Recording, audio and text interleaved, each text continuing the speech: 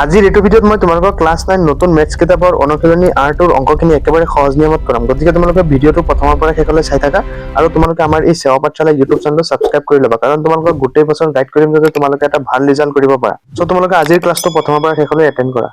ইয়াৰ আগৰ ক্লাছখিনিত মই তোমালোকক অনুশীলনী R1ৰ আটাইখিনি অংক একেবাৰে সহজ নিয়মত কৰাইছিলো। সো আজিৰ এইটো ক্লাছত মই তোমালোকক অনুশীলনী R2ৰ অংকখিনি একেবাৰে সহজ নিয়মত কৰাম। গতিকে তোমালোকে ভিডিঅ'টো প্ৰথমৰ পৰা শেষলৈ চাই থাকা। তো এক নম্বৰ কুৱেশ্যনটো আমাক ইয়াত কি কৈছে যে এখন বৰ্গাকাৰ খেতি পথাৰৰ কালি কিমান কৈছে আমাক যে 10,000 বৰ্গ মিটাৰ।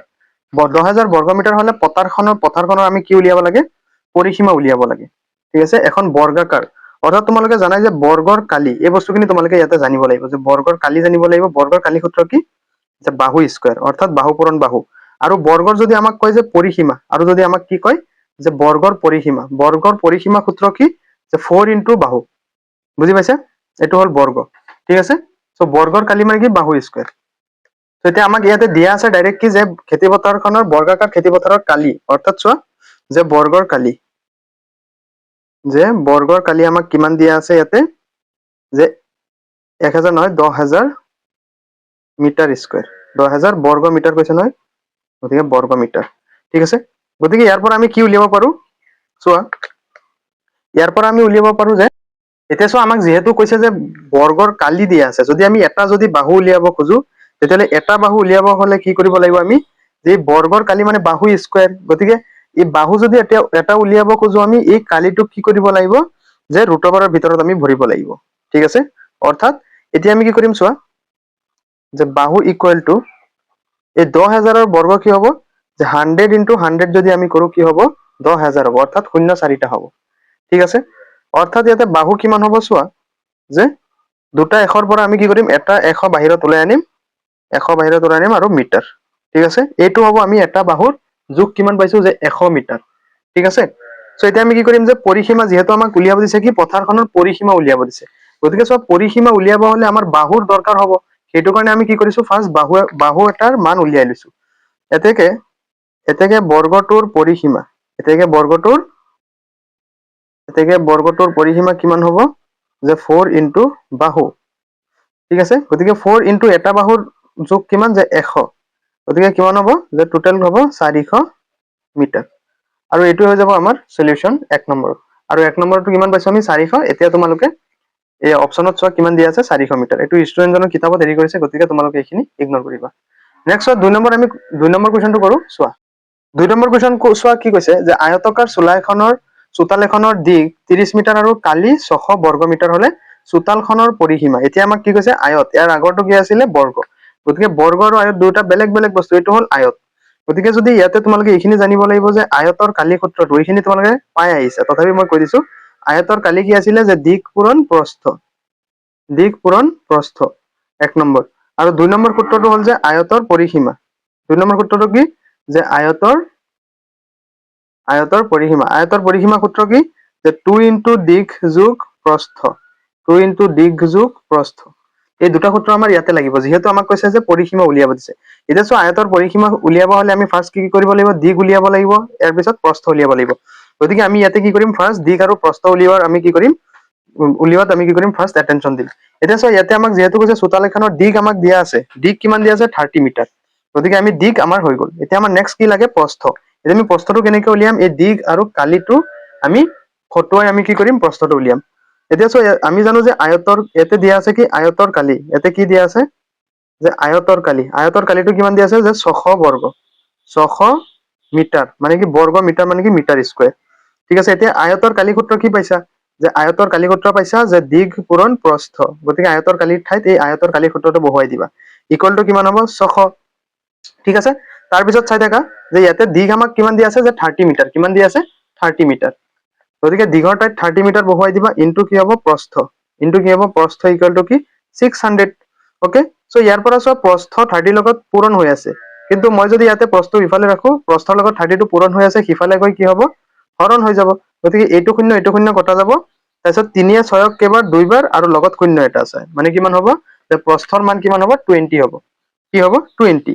অৰ্থাৎ চোৱা ইয়াতে আমি প্ৰস্থ পাই গলো, যে প্ৰস্থ ইকুৱেল টু কিমান হ'ব? 20 মিটাৰ। মানে কি হ'ল? আমি কি কৰিব পাৰিম এতিয়া? আয়তৰ পৰিসীমা অৰ্থাৎ আমাক যিটো উলিয়াব দিছিল চোতালখনৰ পৰিসীমা আমি ধুনীয়াকে ওলাব পাৰিম। ঠিক আছে, এতেকে পৰিসীমা, এতেকে চোতালখনৰ পৰিসীমা বা এনেকে লিখিলে হ'ব যে পৰিসীমা সূত্ৰ কি 2 ইনটু দিঘ যোগ প্ৰস্থ, 2 ইনটু দিঘ যোগ প্ৰস্থ। তো চোৱা ইয়াতে 2 ইনটু দিঘ, দিঘ মানে কিমান, দিঘ আমাক দিয়া আছিলে কুৱেশ্যনটোত যে 30 মিটাৰ, কিমান মিটাৰ 30 মিটাৰ, গতিকে আমি দিঘৰ ঠাইত কি কৰিম 30 বহাম প্লাছ প্ৰস্থ, প্ৰস্থ কিমান 20, ঠিক আছে, গতিকে 2 ইনটু 30 প্লাছ 20 কিমান হ'ব 50, অৰ্থাৎ 2 লগত আমি কি কৰিব লাগে 2 ইনটু 50 মানে কিমান 100, 50 দুগুণ কিমান 100, গতিকে 100 মিটাৰ, এইটো হ'ব আমাৰ এনসাৰ। গতিকে 2ৰ অপশনটো চোৱা যে 2ৰ অপশন সি হ'ব শুদ্ধ উত্তৰ, ঠিক আছে। নেক্সট আমি 3 নম্বৰটো কৰিম। 3 নম্বৰ কি কৈছে চোৱা, 3 নম্বৰ আমাক কৈছে যে 9 সেন্টিমিটাৰ বাহু বিশিষ্ট বৰ্গৰ সমানকালীৰ এটা আয়তৰ প্ৰস্থত 3 সেন্টিমিটাৰ হলে আয়তটোৰ পৰিসীমা আমি উলিয়াব লাগে। 3 নম্বৰৰ সমাধান চোৱা, আমাক এটা বাহুৰ মান কিমান দিয়া আছে, এটা বাহুৰ মান আমাক দিয়া আছে 9 সেন্টিমিটাৰ, এতিয়া কি উলিয়াব বৰ্গৰ, গতিকে ইয়াতে কি হ'ব চোৱা যে প্ৰশ্ন মতে আমাক কি কৈছে 9 সেন্টিমিটাৰ বৰ্গ বিশিষ্ট বৰ্গৰ সমানকালীৰ আয়তনৰ প্ৰস্থ, সমানকালীৰ এটা আয়তৰ বৰ্গৰ কালি আৰু আয়তৰ, বৰ্গৰ কালি আৰু আয়তৰ কি কৈছে আয়তৰ কালি সমান বুলি কৈছে, ঠিক আছে। গতিকে প্ৰশ্ন মতে আমাক কি দিয়া আছে, প্ৰশ্ন মতে যে আয়তৰ কালি বা এইফালে বৰ্গৰ কালিও লিখিব পাৰা যে বৰ্গৰ কালি কাৰ সমান, আয়তৰ কালিৰ সমান, আয়তৰ কালি, কিন্তু ইয়াতে দুটা বস্তু আমাক মেনশন কৰা আছে যে আয়তৰ প্ৰস্থ দিয়া আছে আৰু বৰ্গৰ আমাক কি দিয়া আছে বাহু দিয়া আছে। গতিকে চোৱা ইয়াতে বৰ্গৰ কালিৰ সূত্ৰ কি পাইছে অলপ আগতে, যে বৰ্গৰ কালি হৈছে, বৰ্গৰ কালি কি পাইছিলা যে বাহু পূৰণ বাহু, বৰ্গৰ কালি, ঠিক আছে। এই বস্তুখিনি নোট যে মই লিখাই দিছো সাইডত সেইখিনি চাবা। তাৰপিছত আয়তৰ কালি কি, আয়তৰ কালি হ'ল দিঘ পূৰণ প্ৰস্থ, ঠিক আছে। এইখিনি উলিয়াই লৈ আমি কি কৰিম আয়তটোৰ পৰিসীমা উলিয়াম, আয়তৰ পৰিসীমা সূত্ৰ কি যে 2 ইনটু দিঘ যোগ প্ৰস্থ, ঠিক আছে। সো ইয়াতে চোৱা বাহু পূৰণ বাহু, বাহু পূৰণ বাহু মানে কিমান, বাহু কিমান দিয়া আছে আয়তৰ, আচ্ছা বৰ্গৰ বাহু কিমান দিয়া আছে 9, গতিকে 9 ইনটু 9 হ'ব ইকুৱেল টু দিঘ পূৰণ প্ৰস্থ, ইয়াতে চোৱা দিঘ আমি উলিয়াম কিন্তু আমাক প্ৰস্থ দিয়া আছে, প্ৰস্থ কিমান দিয়া আছে 3 দিয়া আছে, ওকে। সো তাৰপিছত চোৱা আমি যদি সিফালে যদি দিঘটো যদি ৰাখি দিওঁ, ইফালে 3 পূৰণ হৈ আছে, ইফালে আহি কি হৈ যাব হৰণ হ'ব তলত, গতিকে 9 ইনটু 9, তাৰপিছত চোৱা 3 য়ে 9 কেইবাৰ 3 বাৰ, এতিয়া কিমান হ'ব যে 9 3 গুণ কিমান 27, গতিকে 27 ইকুৱেল টু কি হ'ব দিঘ, অৰ্থাৎ আমি কিমান পালো যে দিঘ ইকুৱেল টু কিমান পালো 27 সেন্টিমিটাৰ, ঠিক আছে। এতিয়া আমি কি উলিয়াম যে আয়তটোৰ পৰিসীমা, এতেকে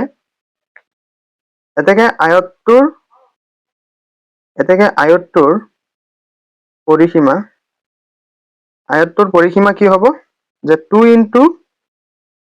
ইনটু দিঘ যোগ প্ৰস্থ, এতিয়া 2 ইনটু দিঘ, দিঘ মানে কিমান 27 প্লাস প্ৰস্থ আমি কিমান পাইছো চোৱা, প্ৰস্থ কিমান দিয়া আছিলে 3 দিয়া আছিলে, গতিকে প্ৰস্থৰ ঠাইত কি বহাবা 3 বহাবা, চাইছানে ইজি একদম।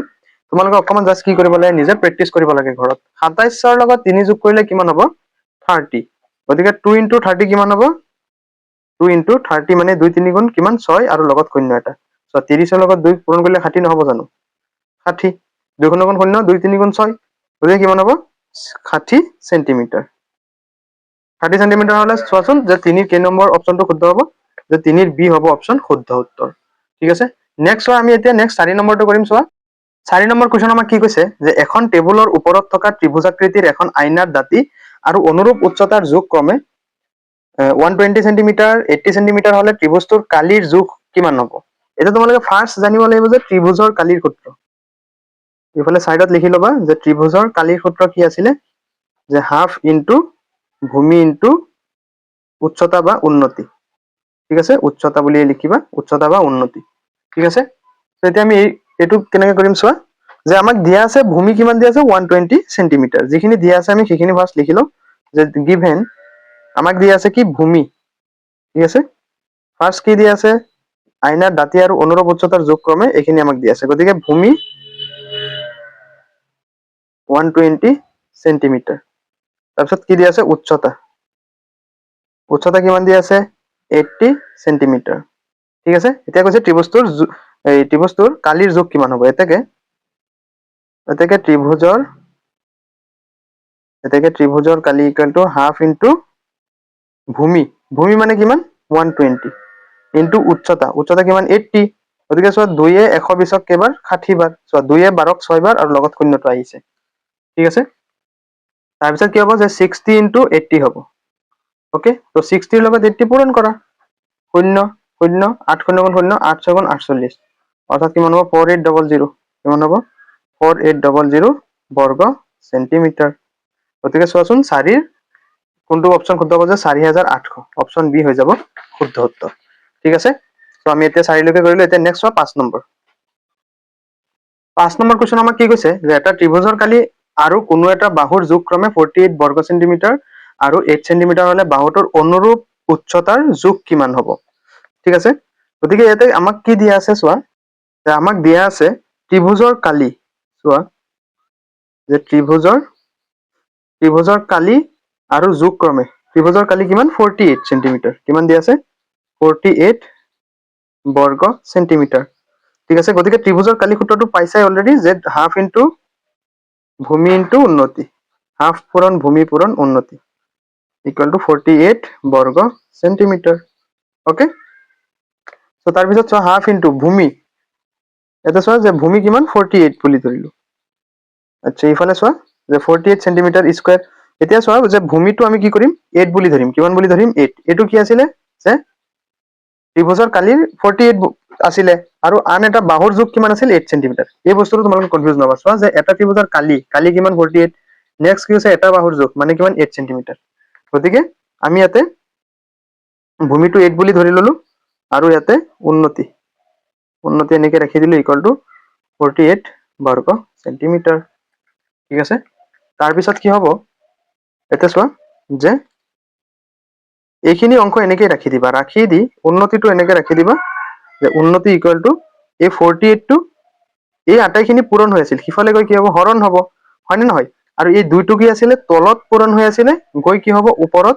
পূৰণ হ'ব আৰু এই 1 টো চোৱা ভালকে চোৱা আৰু এই 1 2 আৰু 8 টো কি আছিল ওপৰত আছিল আৰু ইফালে আহি কি হৈ যাব তলত হৰণ হৈ যাব ঠিক আছে তাৰপিছত চোৱা 8 এ 48ক কেইবাৰ 6 বাৰ ঠিক আছে গতিকে উন্নতি কি হ'ব যে 6 * 2 কি হ'ব 6 * 2 কি হ'ব 12 অৰ্থাৎ উন্নতি কিমান হ'ব অৰ্থাৎ উন্নতি হ'ব তোমাৰ যে 12 সেন্টিমিটাৰ 12 সেন্টিমিটাৰ অপশন কোনটো হ'ব চোৱা যে অপশন বি হ'ব শুদ্ধ উত্তৰ ঠিক আছে নেক্সট চোৱা 6 নম্বৰ কোৱেশ্চন কি কৈছে যে এটা ত্ৰিভুজৰ কালি আৰু কোনো ভূমিৰ অনুৰূপ উচ্চতাৰ যোগ যথাক্ৰমে 1256 বৰ্গ মিলিমিটাৰ আৰু 31.4 মিলিমিটাৰ হলে সেই ভূমিৰ যোগ কিমান হ'ব এটা ত্ৰিভুজৰ কালি আমাক দিয়া আছে কিমান 1256 অৰ্থাৎ 1256 বৰ্গ মিলিমিটাৰ দিয়া আছে আৰু আমাক কি দিছে যে ভূমি কিমান দিয়া আছে 31.4 মিলিমিটাৰ গতিকে আমি 6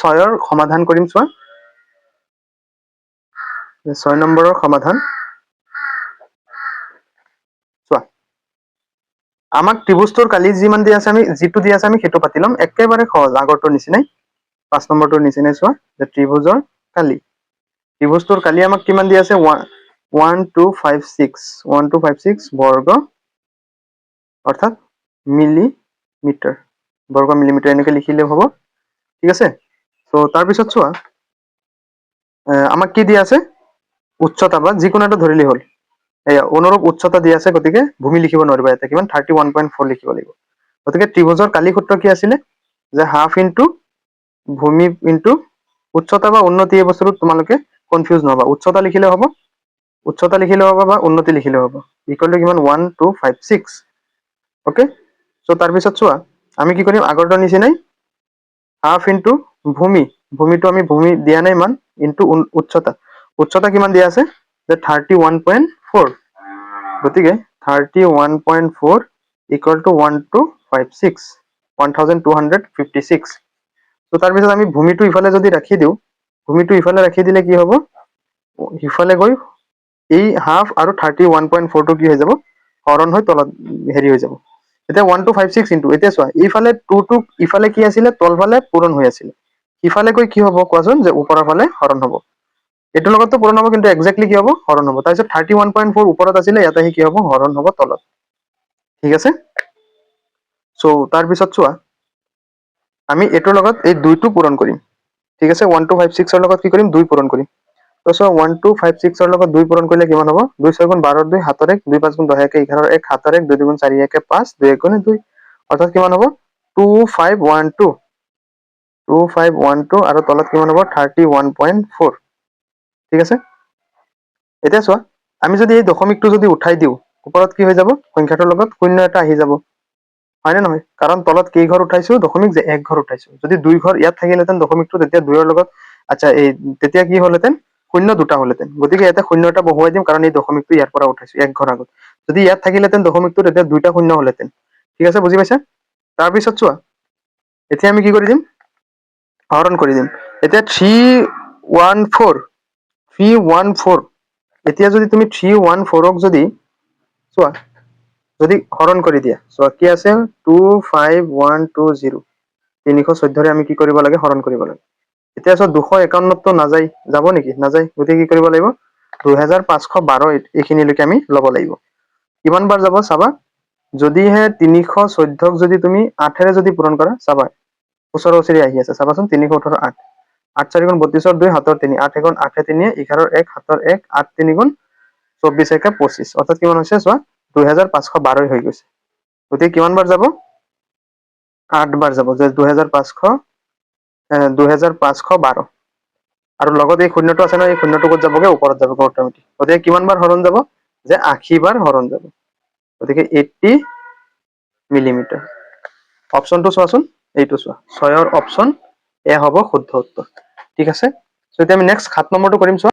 7 নম্বৰটো চোৱা আমাক বেলেগ কোৱেশ্চন আহি গ'ল এতিয়া যে 10 সেন্টিমিটাৰ ব্যাসযুক্ত বৃত্তৰ পৰিধিৰ জোখ এতিয়া আহি গ'ল কি বৃত্ত ফাৰ্স্ট তোমালোকে পাইছিলা বৰ্গ তাৰ পিছত পাইছা আয়ত তাৰ পিছত পাইছা কি ত্ৰিভুজ এতিয়া আমি কি পাইছো বৃত্ত গতিকে বৃত্তৰ অংকটো কৰাৰ আগতে তোমালোকক বস্তু এটা বুজাই দিও চোৱা এইটো যদি এটা বৃত্ত হয় এই বৃত্তটোৰ যদি মই এইটো কেন্দ্ৰবিন্দু হয় নহয় আৰু এই এ এৰ পৰা বি এই গোটেইখিনি কি হ'ব বৃত্তৰ ব্যাস কি হ'ব বৃত্তৰ ব্যাস আৰু এই আধা হ'ব কি ব্যাসাৰ্ধ এইখিনিলৈকে কি হ'ব ব্যাসাৰ্ধ ঠিক আছে এটা চোৱা ব্যাসক আমি কি বুলি বুজাম যে ডি বুলি বুজো ঠিক আছে আৰু ইয়াতে ব্যাস কি হ'ব এ বি মানে কি আটাইখিনি হ'ব ব্যাস আৰু যদি মই যদি এ ও ইয়াৰ পৰা এইখিনিলৈকে যদি লওঁ এইখিনি কি হ'ব ব্যাসাৰ্ধ কি হ'ব ব্যাসাৰ্ধ অৰ্থাৎ ব্যাসাৰ্ধ কিহেৰে বুজাই আৰেৰে বুজাই এই বস্তুটো ধ্যান দিবা ঠিক আছে তাৰপিছত বৃত্তৰ পৰিধি এই সূত্ৰটো জানিব লাগিব তোমালোকে যে বৃত্তৰ পৰিধি সূত্ৰ কি 2 পাই আৰ বৃত্তৰ পৰিধি সূত্ৰ কি 2 পাই আৰ আৰু ইয়াতে পাইৰ মান তোমালোকে 22/7 ল'ব পাৰা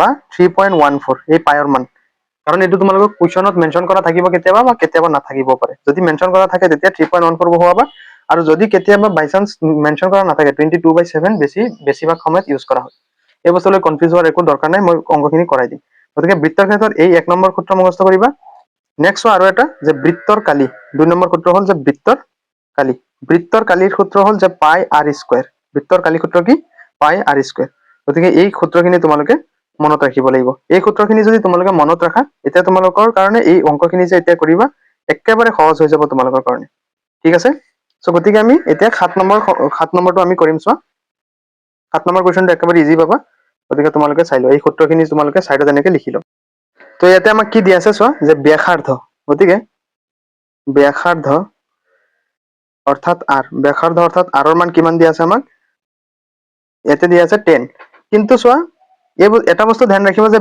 বৃত্তৰ ব্যাসৰ আধা ব্যাসাৰ্ধ হয় নহয় গতিকে ব্যাস যদি দিয়া আছে 10 ব্যাসাৰ্ধ কিমান হ'ব 10/2 মানে ব্যাসৰ আধা ব্যাসাৰ্ধ হয় নহয় কাৰণ এই গোটেইখিনি ব্যাস আছিল ব্যাস কিমান দিয়া আছে আমাক 10 এতিয়া আমি ব্যাসাৰ্ধ উলিয়াম ব্যাসাৰ্ধ মানে কি আধা ব্যাসৰ আধা কি হ'ব 5 নহব জানো কাৰণ 5 আৰু এইটো 5 দুইটা মিলিহে তোমাৰ 10 হৈছে সেই বস্তুটো কনফিউজ নহবা ঠিক আছে গতিকে ব্যাসাৰ্ধ কিমান হ'ব 10/2 মানে কিমান 2 এ 10ক কেবাৰ 5 বাৰ মানে 5 সেন্টিমিটাৰ ঠিক আছে এতিয়া আমাক কি উলিয়াব দিছে বৃত্তৰ পৰিধি সূত্ৰ কি 2 পাই আৰ ইয়াতে r ৰ প্ৰয়োজন হ'ব সেইটো কাৰণে r টো ফাৰ্স্ট উলিয়াই লৈছো এতেকে বৃত্তৰ পৰিধি সূত্ৰ কি যে 2 পাই আৰ গতিকে আমি এতিয়া মানখিনি বহুৱাই দিম চোৱা যে 2 ইনটু পাইৰ মান আমাক কিমান ধৰিব দিছে চোৱাচোন যে 3.14 ধৰিব দিছে গতিকে 3.14 ইনটু r ৰ মান কিমান 5 ওকে তো এতিয়া চোৱা 2 5 গুণ কিমান 10 গতিকে 3.14 ৰ লগত আমি কি কৰিম 10 টো পূৰণ কৰিম চোৱা যে 4 গুণ 0 1 গুণ 0 0 3 গুণ 0 1 4 গুণ 4 1 গুণ 1 1 3 গুণ 3 0 4 1 3 অৰ্থাৎ কিমান হৈছে যে 3 এতিয়া চোৱা দশমিক কেই ঘৰ আগত আছিল চোৱা এক ঘৰ দুই ঘৰ গতিকে এক ঘৰ দুই ঘৰ অৰ্থাৎ কিমান হ'ব 31.4 কিমান হ'ব 31.4 সেন্টিমিটাৰ 31.4 সেন্টিমিটাৰ এইটো হ'ব আমাৰ শুদ্ধ গতিকে অপশনটো তোমালোকে বিচাৰি চোৱাচোন 7ৰ অপশন কি হ'ব সি হ'ব শুদ্ধ উত্তৰ ঠিক আছে নেক্সট আমি 8 নম্বৰটো কৰিম চোৱা 8 নম্বৰ আমাক কি দিয়া আছে যে বৃত্তাকাৰ চোতাল এখনৰ পৰিধিৰ জোখ বৃত্তাকাৰ চোতাল এখনৰ পৰিধিৰ জোখ কিমান দিয়া আছে 176 মিটাৰ হলে চোতালখনৰ আমি কি উলিয়াব লাগে কালি উলিয়াব লাগে গতিকে বৃত্তৰ কালিৰ সূত্ৰটো আমি ব্যৱহাৰ কৰি দিম ইয়াতে যে পাই r স্কয়াৰ কি যে পাই r স্কয়াৰ গতিকে আমি কি উলিয়াব লাগিব ফাৰ্স্ট ইয়াতে r ৰ মানটো আমি উলিয়াব লাগিব আমাৰ ফাৰ্স্ট টাৰ্গেট কি ইয়াতে যে r ৰ মান উলিওৱাৰ পিছত আমি কি কৰিম এই সূত্ৰটোত পাই r স্কয়াৰৰ সূত্ৰটো আমি কি কৰি দিম মানখিনি বহুৱাই দিম তেতিয়া আমি কি পাই যাম এই 8 নম্বৰৰ সলিউশনটো পাই যাম গতিকে আমি এতিয়া 8 নম্বৰটো কৰিম চোৱা 8 নম্বৰৰ সমাধান 8 নম্বৰৰ সমাধান আমাক দিয়া আছে যে বৃত্তৰ পৰিধি কি দিয়া আছে আমাক দিয়া আছে বৃত্তৰ পৰিধি চোৱাচোন বৃত্তৰ পৰিধি কিমান দিয়া আছে যে 176 মিটাৰ গতিকে 176 মিটাৰ ঠিক আছে সো বৃত্তৰ পৰিধি সূত্ৰ কি যে 2 পাই r ইকুৱেল টু কিমান 176 এতিয়া চোৱা যে 2 ইনটু পাইৰ মান ইয়াতে আমাক কিবা মেনশন কৰিছে নেকি চোৱাচোন পাইৰ মান ইয়াতে আমাক মেনশন কৰা নাই যে এইটো মেন্ডেটৰি এইটোৱে ল'ব লাগিব 8 নম্বৰ চোৱা গতিকে আমি পাইৰ মান কি বহুৱাম যে 22/7 বহুৱাম ঠিক আছে 8 নম্বৰটো গতিকে পাইৰ মান কিমান বহুৱাইছো 22/7 ইনটু r ৰ মান কিমান এতে চোৱা r ৰ মান আমাক দিয়া নাই গতিকে আমি r ৰ মান উলিয়াম গতিকে সিফালে কি হ'ব 176 ইফালে r ৰ লগত আটাইখিনি কি হৈছে পূৰণ হৈ আছে হা গতিকে সিফালে গৈ কি হ'ব হৰণ হ'ব চোৱা 176 ওপৰত আছে ঠিকই আছে এতিয়া চোৱা ইফালে 7 টো তলত আছে ওপৰত গৈ পূৰণ হ'ব নাই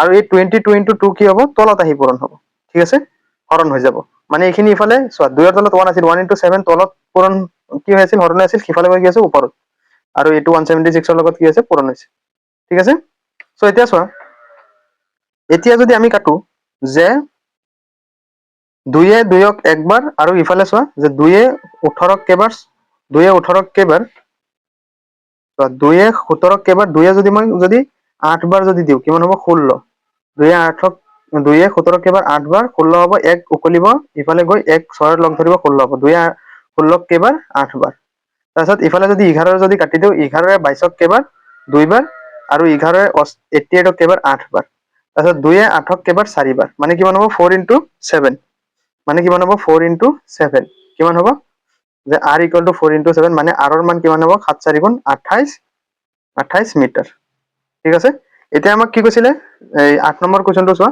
যে চোতালখনৰ কালি মানে কি যে বৃত্তাকাৰ চোতালখনৰ কালি এতেকে বৃত্তাকাৰ চোতালখনৰ কালি এতেকে বৃত্তাকাৰ চোতালখনৰ কালি যেহেতু বৃত্তাকাৰ গতিকে বৃত্তৰ কালি কি যে পাই r স্কয়াৰ গতিকে পাইৰ মান 22/7 ইনটু r ৰ মান r স্কয়াৰ মানে কি r দুটা গতিকে 28 ইনটু 28 গতিকে 7 এ 28ক কেইবাৰ 4 বাৰ ঠিক আছে 22 4 গুণ কিমান চোৱা 22 ইনটু 4 88 88 ৰ লগত আকৌ কি পূৰণ কৰিম 28 গতিকে কিমান হ'ব 8 8 গুণ 64 4 7 6 8 8 গুণ 64 64 8 8 গুণ 64 8 8 গুণ 64 64 4 কিমান 70 8 2 গুণ 16 7 1 8 2 গুণ 16 17 গতিকে কিমান হ'ব 4 6 7 14 4 7 1 1 1 2 কিমান হ'ব যে 2464 মিটাৰ গতিকে চোৱা এনসাৰটো কোনটো এইটো চোৱা যে 2464 অৰ্থাৎ 8 ৰ ডি হ'ব শুদ্ধ উত্তৰ বৰ্গ মিটাৰ মিটাৰ স্কয়াৰ দি দিবা তেতিয়া আমাৰ হৈ যাব গতিকে 8 ৰ কেই নম্বৰ যে 8 ৰ অপচন ডি হ'ব শুদ্ধ উত্তৰ ঠিক আছে নেক্সট আমি এতিয়া চোৱা 9 নম্বৰ কৰিম 9 নম্বৰটো আমাক কি দিছে চোৱা 9 নম্বৰ কোৱেশ্চন আমাক কৈছে যে এখন বৃত্তাকাৰ পিৰিচিৰ কালি 38.5 বৰ্গ সেন্টিমিটাৰ হলে পিৰিচখনৰ ব্যাস কিমান হ'ব ঠিক আছে ইয়াতে চোৱা যে বৃত্তাকাৰ আছে গতিকে কি দিছে যে বৃত্তাকাৰ পিৰিচৰ কালি 38.5 বৰ্গ সেন্টিমিটাৰ ঠিক আছে এতিয়া কি পিৰিচখনৰ ব্যাস উলিয়াব দিছে অৰ্থাৎ চোৱা বৃত্তৰ কালি সূত্ৰ কি যে পাই r স্কয়াৰ ইকুৱেল টু কি 38.5 ঠিক আছে সো ইয়াতে পাইৰ মান আমাক একো মেনশন কৰা নাই গতিকে 22/7 ইনটু r স্কয়াৰ আমি r ৰ মান যেহেতু উলিয়াম গতিকে 38.5 এতিয়া r স্কয়াৰটো ইফালে ৰাখি দিম 22/7 কি আছে পূৰণ হৈ আছে গতিকে সিফালে গৈ কি হ'ব হৰণ হ'ব ইফালে 7 টো তলত আছে ওপৰত যাবগে আৰু এই 22 টো কত আহি যাব তলত আহি যাব ঠিক আছে সো এতিয়া 11 22ক কেইবাৰ দুইবাৰ আৰু 11 চোৱা 11 22 দুইবাৰ এতিয়া 11 38ক কেইবাৰ তিনিবাৰ 11 3 গুণ 33 33 তাৰপিছত ইফালে 8 আছে গতিকে কিমান বাকি থাকিব 5 5 গৈ এই 5ক লগ ধৰিব কিমান ধৰিব 55 হ'ব 11 55ক কেইবাৰ 5 বাৰ গতিকে 3.5 3.5 ইনটু 7 ডিভাইডেড বাই কি কিমান 2 গতিকে so r square equal to 3.5 ৰ লগত আমি কি কৰিম 7 পূৰণ কৰিম সো 7 5 গুণ 35 ৰ 5 7 ৰ 3 7 3 গুণ 21 21 3 24 কিমান হ'ব 245 আৰু কেই ঘৰ আগত দশমিক 1 ঘৰ আগত গতিকে কি বহাম যে 24.5 ডিভাইডেড বাই কি হ'ব 2 ঠিক আছে সো তাৰ পিছত কি হ'ব চোৱা যে ইফালে আমি কি কৰিম r স্কয়াৰ কি কৰিম যে r স্কয়াৰ ইকুয়াল টু এটা চোৱা এই 24.5ক আমি কি কৰিম 2 ৰে হৰণ কৰিম কিহেৰে হৰণ কৰিম যে 2 ৰে হৰণ কৰিম সো 2 ৰে হৰণ কৰিলে কিমান হ'ব চোৱা যে 24.5 ডিভাইড বাই 2 2 এ 2ক একবাৰ 2 এক গুণে 2 4 আহিব 2 এ 4ক দুইবাৰ 2 2 গুণ 4 আৰু ইয়াতে কি আহিব যে এই পইণ্টটো ওপৰত যাবগে আৰু 5টো নামি আহিব হয়নে সো 2 এ 5ক কেইবাৰ চোৱা যে 2 এ 5ক দুইবাৰ 2 2 গুণে 4 5ৰ পৰা 4 গলে কিমান 1 আৰু দশমিকৰ কাৰণে শূন্য এটা আহি যাব 2 এ 10ক 5 বাৰ মানে কিমান হ'ব 12.25 ওকে সো ইয়াৰ পৰা আমি কি পাম যে r ইকুয়াল টু ইফালে স্কয়াৰৰ সলনি গৈ কি হৈ যাব √ওভাৰ হৈ যাব √ওভাৰ কিমান হ'ব যে 12.25 ওকে সো এতিয়া আমি কি কৰিম যে r ইকুয়াল টু এতিয়া 12.25 ৰ আমি কি কৰিম যে 12.25 ৰ আমি বৰ্গমূল উলিয়ালে আমি কি পাই যাম r ৰ মান পাই যাম গতিকে 12.25 ৰ বৰ্গমূল কেনেকৈ উলিয়াবা ভালকে চোৱা আমি ফাৰ্স্ট কি কৰিম এনেকৈ দুটা দুটা সংখ্যা লম এতিয়া চোৱা ইয়াতে যদি মই বৰ্গ যদি বহাও 2 বহালে 2 2 গুণ 4 হ'ব 3 বহালে 3 3 গুণ 9 হ'ব 4 বহালে 4 4 গুণ কিমান হৈ যাব 16 হৈ যাব মানে 12তকে আমাৰ বেছি হৈ যাব গতিকে ইয়াতো 3 বহাম ইয়াতো 3 বহাম 3 3 গুণ কিমান 9 গতিকে 12ৰ পৰা 9 গলে কিমান 3 আৰু ইফালে দশমিকটো ওপৰত উঠি যাব আৰু সিফালে কি হ'ব 25 টো তলত নামি আহিব তাৰ পিছত মই এই নিয়মটো তোমালোকক বুজাইছিলো গতিকে 3 3 কি হ'ব 6 আহি যাব ইয়াতে যোগ হৈ এতিয়া ইয়াতে এনেকোটা সংখ্যা বহুৱাব লাগে এই এটা সংখ্যা আৰু এই দুটা সংখ্যা পূৰণ কৰি 325 বা ইয়াতকে সৰু হ'ব এটা চোৱা যেহেতু শেষত 5 আছে মই আইডিয়া কৰি ইয়াতে 5 বহালো ইয়াতে 5 বহালো 5 5 গুণ 25 চোৱা 65 ৰ লগত যদি মই 5 পূৰণ কৰো 5 5 গুণ 25 ৰ 5 হাতৰ 2 5 গুণ 30 32 গতিকে কিমান হ'ব 325 হ'ব কিমান পালো 3.5 ব্যাসাৰ্ধ মানে কি আছিল r আমি ব্যাসাৰ্ধ কিমান পাইছো যে 3.5 সেন্টিমিটাৰ ঠিক আছে সো এতিয়া আমি ব্যাস এতিয়া ব্যাস কেনেকৈ পাম যে ব্যাসাৰ্ধৰ 2 গুণ গতিকে কি হ'ব 2 * 3.5 হ'ব নাই কিমান হ'ব 2 * 3.5 3.5 ৰ লগত যদিহে মই 2 পূৰণ কৰো কিমান হ'ব 7 নহব জানো চোৱাচোন 5 2 গুণ 10 শূন্য 7 1 3 2 গুণ 6 1 7 অৰ্থাৎ দশমিক 1 ঘৰ আগত আছে মানে 7.0 অৰ্থাৎ কিমান হ'ব ব্যাস কিমান হ'ব 7 সেন্টিমিটাৰ অৰ্থাৎ কিমান হ'ব এতেকে 30 খনৰ ব্যাস কিমান হ'ব যে 7 সেন্টিমিটাৰ ঠিক আছে গতিকে এইটো চোৱা 9 সি হ'ব শুদ্ধ উত্তৰ বুজি পাইছা সো এতিয়া আমি নেক্সট 10 নম্বৰটো কৰিম চোৱা 10 নম্বৰ কোৱেশ্চন আমাক কি কৈছে চোৱা যে এখন কাহিৰ কালি 616 বৰ্গ সেন্টিমিটাৰ হলে কাহিখনৰ পৰিসীমা কিমান হ'ব বৃত্ত আকাৰৰ যেহেতু আছে গতিকে বৃত্তৰ পৰিসীমা সূত্ৰ কি যে 2πr গতিকে ইয়াৰ পৰা আমি কি উলিয়াব লাগে r উলিয়াব লাগিব গতিকে চোৱা ইয়াতে কি দিয়া আছে যে বৃত্তৰ কালি কি দিয়া আছে বৃত্ত আকাৰৰ কাহিৰ কালি কিমান দিয়া আছে 616 বৰ্গ সেন্টিমিটাৰ ঠিক আছে তেতিয়া বৃত্তৰ কালিৰ সূত্ৰ কি যে পাই r স্কয়াৰ ইকুয়াল টু কিমান 616 ওকে পাই r মান 22/7 ইনটু r r ৰ মান আমি উলিয়াব লাগে গতিকে r square equal to 616 okay তো তাৰ পিছত আমি ইফালে r স্কয়াৰ ৰাখিম আৰু 22/7 পূৰণ হৈ আছে সিফালে গৈ কি হ'ব হৰণ হ'ব গতিকে 7 টো তলত আছিল ওপৰত যাবগে আৰু 22 টো তলত আহি যাব যদি মই কি কৰো 11 ৰে যদি কাটো 22ক দুইবাৰ আৰু ইফালে 61ক কেইবাৰ 11 5 বাৰ 11 5 গুণ 55 গতিকে 55 আৰু ইফালে কিমান আছে তোমাৰ 61 গতিকে 61 ৰ পৰা 55 গলে কিমান থাকিব আৰু 6 থাকিব এই 6 গৈ এই 6ক লগ ধৰিব 66 হ'ব 11 66ক কেইবাৰ 6 বাৰ গতিকে কিমান হ'ব 56 ঠিক আছে সো তাৰ পিছত আকৌ চোৱা যে 2 এ 5ক দুইবাৰ 2 2 গুণ 4 1 উকুলিব 16 হ'ব 2 16ক 8 বাৰ অৰ্থাৎ কি হ'ব যে r স্কয়াৰ ইকুয়াল টু কি হ'ব যে 28 * 7 ওকে অৰ্থাৎ r স্কয়াৰ ইকুয়াল টু কিমান হ'ব 28 ৰ লগত 7 পূৰণ কৰিলে 8 7 গুণ 56 6 7 ৰ 5 7 2 গুণ 14 14 5 কিমান 19 অৰ্থাৎ কিমান হ'ব 196 ওকে অৰ্থাৎ r ৰ মান কিমান হ'ব যে √196 এতিয়া 196 কিহৰ বৰ্গ চোৱা 14 ৰ বৰ্গ কেনেকৈ উলিয়াবা চোৱা 196 যে এই দুটা ল'বা এই এটা ল'বা, 1 1 গুণ কিমান 1, 1 1 কিমান হ'ব 2, তাৰপিছত ইয়াতে এনেকুৱা এটা সংখ্যা বহাব লাগে, ইয়াতে এনেকুৱা এটা সংখ্যা বহাব লাগে যে 196 হয়। ইয়াতে যদি মই যদি 4 বহাও, ইয়াতে যদি 4 বহাও কিমান হ'ব 24 4 গুণ কিমান 4 4 গুণ 16 6 7 1 4 2 গুণ 8 9 96, গতিকে এনসার কিমান হ'ব 14। গতিকে r ৰ মান কিমান পালো আমি 14, ঠিক আছে। এটাকে কি হ'ব 14 কি সেন্টিমিটার। এটাকে বৃত্তৰ পৰিসীমা আমাক উলিয়াব দিছে। সো কোৱেশ্চনটো 10 নম্বৰ কোৱেশ্চনটো আমাক কি উলিয়াইছে কাহিখন মানে কি বৃত্তৰ মানে আমি কি উলিয়াব লাগে পৰিসীমা উলিয়াব লাগে। কাহি কি থাকে বৃত্তাকৃতিৰ, গতিকে বৃত্তৰ পৰিসীমা বা কাহিৰ পৰিসীমা বুলি লিখিব পাৰা যে পৰিসীমা কি হ'ব 2 পাই r, 2 পাই r, গতিকে 2 ইনটু পাই r মান কিমান 22/7 ইনটু r ৰ মান কিমান 14, 7 14 দুইবাৰ, গতিকে 22 ইনটু 2 কিমান হ'ব 44, 44 ইনটু 2 কি হ'ব 88 সেন্টিমিটার। গতিকে এই পৰিসীমাটো কিমান হৈ যাব যে 88 সেন্টিমিটাৰ। গতিকে চোৱা 10ৰ 88 ক'ত আছে এইটো, ঠিক আছে। গতিকে অপশন কি হৈ যাব সি হৈ যাব শুদ্ধ উত্তৰ, ঠিক আছে। তেতিয়া আমি নেক্সট 11 নম্বৰটো কৰিম। সো 11 নম্বৰ কি দিয়া আছে যে এটা আয়তৰ পৰিসীমা 120 সেন্টিমিটাৰ, আয়তৰ পৰিসীমা কিমান দিয়া আছে 120 সেন্টিমিটাৰ আৰু দিশ দিয়া আছে আমাক 40 সেন্টিমিটাৰ। তেতিয়াহ'লে আমাক কি কৈছে আয়তৰ কালি উলিয়াব। এতিয়া আমাক দুটা সূত্ৰৰ প্ৰয়োগ হ'ব, এটা হ'ল আয়তৰ পৰিসীমা, আনটো হ'ল আয়তৰ কালি। যে চোৱা আয়তৰ পৰিসীমা সূত্ৰ কি যে 2 ইনটু দিক যোগ প্ৰস্থ আৰু আয়তৰ কালি সূত্ৰ কি যে দিক পূৰণ প্ৰস্থ। গতিকে আয়তৰ কালি সূত্ৰটো দিক পূৰণ প্ৰস্থ উলিয়াব হলে আমাক কি লাগিব, ইয়াতে যেহেতু দিক আছে আমাক প্ৰস্থৰ প্ৰয়োজন হ'ব। গতিকে আমি এই আয়তৰ পৰিসীমাৰ পৰা আমি কি কৰিম প্ৰস্থটো উলিয়াই ল'ম, ঠিক আছে বুজি পাইছা। তো আমাক যিখিনি দিয়া আছে আমি সেইখিনি পাতিম। চোৱা যে দিয়া আছে আয়তৰ পৰিসীমা, আয়তৰ পৰিসীমা কিমান দিয়া আছে আমাক যে 120 সেন্টিমিটাৰ, ঠিক আছে। গতিকে আয়তৰ পৰিসীমা সূত্ৰ কি যে 2 ইনটু দিক যোগ প্ৰস্থ ইকুয়াল টু কিমান হ'ব যে 120 সেন্টিমিটাৰ, ওকে। সো তাৰপিছত চোৱা যে 2 ইনটু দিক, ইয়াতে দিক আমাক কিমান মেনশন কৰা আছে যে 40 সেন্টিমিটাৰ, গতিকে 40 প্লাস প্ৰস্থ ইকুয়াল টু কিমান হ'ব 120 সেন্টিমিটাৰ, ওকে। তো তাৰপিছত কিমান হ'ব চোৱা যে ইফালে মই কি কৰিম 2টো পূৰণ হৈ আছে নহয়, সিফালে নি হৰণ কৰি দিম আৰু ইফালে বাকি 40 প্লাস প্ৰস্থটো এনেকে ৰাখি দিম ইফালে।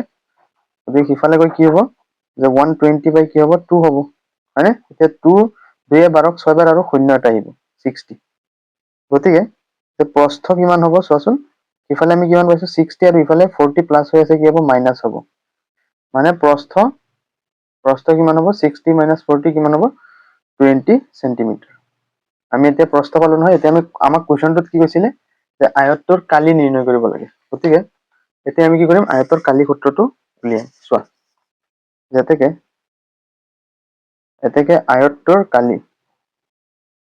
আয়তৰ কালি সূত্ৰ কি যে দিক পূৰণ প্ৰস্থ, দিক পূৰণ কি হ'ব প্ৰস্থ। গতিকে কুৱেশ্চনটোত আমাক দিক কিমান দিয়া আছিলে যে 40, গতিকে 40 ইনটু প্ৰস্থ কিমান 20, 40 পূৰণ 20 কিমান হ'ব 4 2 গুণ 8 আৰু লগত 0 দুটা মানে 800 বৰ্গ সেন্টিমিটাৰ। এইটো হৈ যাব আমাৰ 11 নম্বৰ কুৱেশ্চনৰ সলিউশন, ঠিক আছে।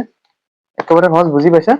তেতিয়া আমি নেক্সট 12 নম্বৰটো কৰিম, ঠিক আছে। চোৱা এতিয়া চোৱা 12 নম্বৰ কুৱেশ্চন আমাক কি কৈছে যে কোঠা এটাৰ এখন বেৰৰ জোখ 4.5 মিটাৰ, কিমান কোঠা এটাৰ বেৰৰ জোখ কিমান 4.5 মিটাৰ বুলি আমাক কৈছে, ঠিক আছে। গতিকে মই ধৰি লৈছো যে এই বেৰটো কিমান 4.5 মিটাৰ আৰু কৈছে 3.6 মিটাৰ, গতিকে এইটো ধৰি লৈছো 3.6 মিটাৰ আৰু কৈছে তাৰপিছত কৈছে আৰু 2 মিটাৰ ইনটু 1 মিটাৰ জোখৰ দুৱাৰৰ বাবে 2 মিটাৰ আৰু 1 মিটাৰ জোখৰ কি দুৱাৰ, গতিকে এইটো ধৰি লৈছো দুৱাৰ যে 2 মিটাৰ আৰু 1 মিটাৰ জোখৰ দুৱাৰৰ বাবে বেৰখনৰ কিছু ঠাই এৰি দিয়া হৈছে। এই বেৰখনৰ কিছু ঠাই ধৰি লৈছো এৰি দিয়া হৈছে। এতিয়া কৈছে ৰং লগাবৰ বাবে বেৰখনৰ কালি জোখ উলিওৱা। আমি কি কৰিব লাগে ৰং লগাবৰ বাবে বেৰখনৰ কালিৰ জোখ নিৰ্ণয় কৰিব লাগে। আমি কি কৰিম মুঠ বেৰৰ কালি কি কৰিম, মুঠ বেৰৰ কালিৰ পৰা এই দুৱাৰৰ কালিটো মাইনাস কৰি দিলে আমাৰ কি ওলাই যাব এনসাৰটো ওলাই যাব। গতিকে লিখিবা যে মুঠ বেৰৰ কালি, মুঠ বেৰৰ কালি কি হ'ব যে 4.5 ইনটু 3.6 হ'ব, ঠিক আছে। যে 4.5 ইনটু 3.6 এই দুটা কিয় কৈছো কাৰণ চোৱা ইয়াতে বৰ্গ আকাৰৰ হৈছে, বৰ্গৰ কালি কি বাহু স্কয়াৰ, গতিকে এটা বাহু 4.5 আৰু এটা বাহু 3.6, গতিকে দুটা পূৰণ কৰা। এতিয়া চোৱা 4.5 আৰু 3.6 আমি পূৰণ কৰিম। চোৱা 4.5 আৰু 3.6, 6 5 গুণ 30 শূন্য 7 3, 6 4 গুণ 24, 24 3 27, ঠিক আছে। তাৰপিছত 3 5 গুণ 15 5, 7 1, 3 4 গুণ 12 1 13, অৰ্থাৎ কিমান হ'ব 0 7 5 12 2 7 1, 3 2 5 1 6 আৰু ইয়াতে 1, তাৰপিছত 2 ঘৰৰ আগত দশমিক, গতিকে 16.2, কিমান হ'ব 16.2 বৰ্গ মিটাৰ। এইটো হ'ব মুঠ বেৰৰ কালি। এতিয়া ৰং লগাবৰ বাবে আমাক কুৱেশ্যনটোত কি দিছে চোৱাচোন, যে ৰং লগাবৰ বাবে বেৰখনৰ কালিৰ জোখ কিমান। ৰং লগাবৰ বাবে বেৰখনৰ কালিৰ জোখ কিমান হ'ব, যে মুঠ বেৰৰ কালিৰ পৰা আমি কি কৰিম, দুৱাৰৰ কালিটো কি কৰি দিম, মাইনাছ কৰি দিম। তো এতেকে ৰং কৰিবলগীয়া ৰং লগাবৰ বাবে কি আছে, ৰং লগাবৰ বাবে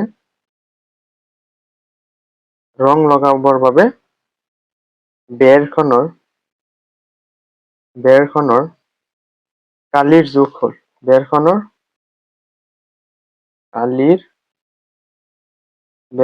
কালিৰ জোখ হ'ল কি হ'ব, যে মুঠ বেৰৰ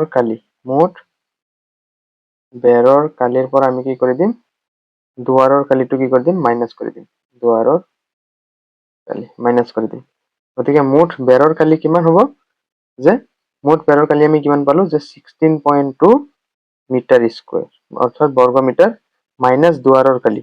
দুৱাৰৰ কালি চোৱাচোন আমাক কুৱেশ্যনটোত কি দিয়া আছিলে, যে দুৱাৰৰ কালি আমাক দিয়া আছে, চোৱা এইটো 2 মিটাৰ, কিমান 2 মিটাৰ, 2 ইনটু, এতিয়া ইয়াতে কি কৰিছো, আমি বেৰৰ কালিটো দেখুৱাইছো, পিছত তোমালোকে ইয়াতো দুৱাৰৰ কালিটো ইয়াত দেখুৱাই ল'বা, যে দুৱাৰৰ কালি কি হ'ব, 2 ইনটু 1, অৰ্থাৎ কিমান হ'ব 2 মিটাৰ হ'ব, যে 2 বৰ্গ মিটাৰ। গতিকে এতিয়া আমি দুৱাৰৰ কালিটো কি কৰি দিম, মাইনাছ কৰি দিম, যে 2 বৰ্গ মিটাৰ, ঠিক আছে। এতিয়া কি হ'ব চোৱা, যে এতিয়া 16.2 পৰা কি কৰিব লাগে, 2 মিটাৰটো আমি কি কৰিম, মাইনাছ। তো চোৱা 16.2 পৰা আমি কি কৰিম, 2 মাইনাছ কৰিম, কিমান হ'ব, এইফালে 2 আৰু 16 পৰা 2 গ'লে কিমান হ'ব, 14, গতিকে কিমান হ'ব, যে 14.2 বৰ্গ মিটাৰ। আৰু এইটো হৈ যাব আমাৰ 12 নম্বৰ কুৱেশ্যনটোৰ সলিউশন, ঠিক আছে।